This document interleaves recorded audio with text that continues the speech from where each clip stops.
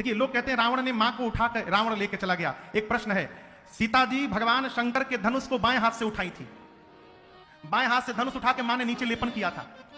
जिस धनुष को मेरी मां बाएं हाथ से उठा ली थी, रावण उस धनुष को तो उठा ही नहीं पाया था। जिस धनुष को मेरी मां उठा ली थी, रावण जब उस धनुष को नहीं उठा पाया तो मेरी मां को क्या खाक उठाएगा? रावण मेरी मां को छू भी नहीं सकता था। मेरी मां परम सती है और भगवान जानते हैं जब तक सीता जी को लेकर नहीं जाएगा तब तक मुझे मारने का कारण नहीं मिलेगा।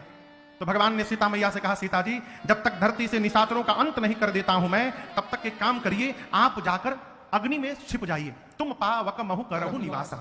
सीता मैया जाकर अग्नि में बैठ गई और राम जी के पास मां ने अपना फोटो रख दिया, प्रतिबिंब।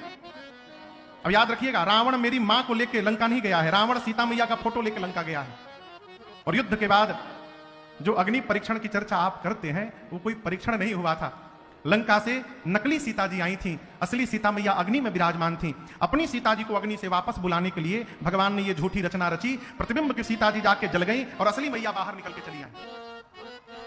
इस रहस्य को राम जी और सीता मैया को छोड़कर लक्ष्मण जी भी नहीं जान पाए।